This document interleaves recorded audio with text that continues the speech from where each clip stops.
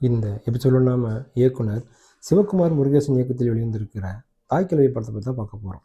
இந்த படத்தோட கதையை பற்றி பார்த்தோம்னா, கிராமத்தையே ஆட்டி படைக்கும் அடாவடி கிழவியாக ராதிகா சரத்குமார் அலட்சியாட்டம் பண்ணி வராங்க. அவர் வட்டிக்காக வாங்க வருவதை பார்த்து ஊர் மக்கள் அலையடித்து ஓடுறாங்க.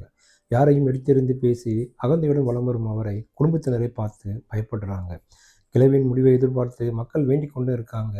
இந்த சூழலில் ராதிகா பக்கவாதத்தால் படுத்துவிட ஊரே மகிழ்ச்சியில் திளைக்குது. ராதிகாவின் மகன்களான சிங்கம்புலி, அருள்தாஸ், பாலசரவணன் ஆகியோரும் வர்றாங்க. ராதிகாவின் உடல்நிலை மோசமடையும் சூழலில் அவர் சமீபத்தில் தங்க நகைகள் வாங்கி பதுக்கி வைத்திருக்கும் தகவல் தெரிய வருது. இதனால் அந்த நகைகளை பங்கு போட சிங்கம்புலி, அருள்தாஸ், பாலசரவணன் 3 பேரும் துடிக்கிறாங்க. நகைகள் இருக்கும் தகவலை தெரிய ராதிகா எப்படியாவது காப்பாற்ற துடிக்கிறாங்க. ஆஸ்பத்திரியில் சேர்த்து வைத்தியம் பார்க்குறாங்க. இவங்க திட்டம் பழித்ததா, ராதிகா பிழைத்தாரா? இதாங்க இந்த படத்தோட மீதிக்கது. பவுனத்தோட கதாபாத்திரத்தில் வாழ்ந்திருக்காங்கன்னு சொல்லலாம். பட்டுத்திட்டு நடிப்பால் ஜொலித்திருக்காங்க ராதிகா. யாரையும் வந்து பாரு என்று கெத்தாக அவர் பேசுமிடம் அனைத்தும் பெண்மையின் மடிக்கை சொல்லுது.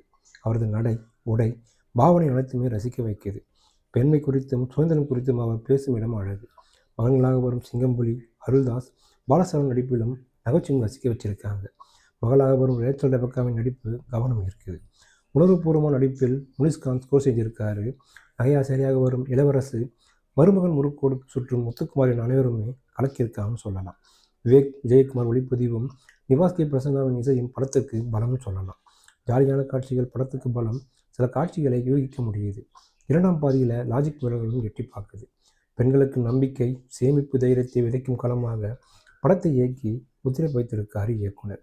கமல்ஹாசன் பாடல்கள் ஆங்காங்கே ஒலிப்பது நல்ல டச்சுன்னு சொல்லலாம்.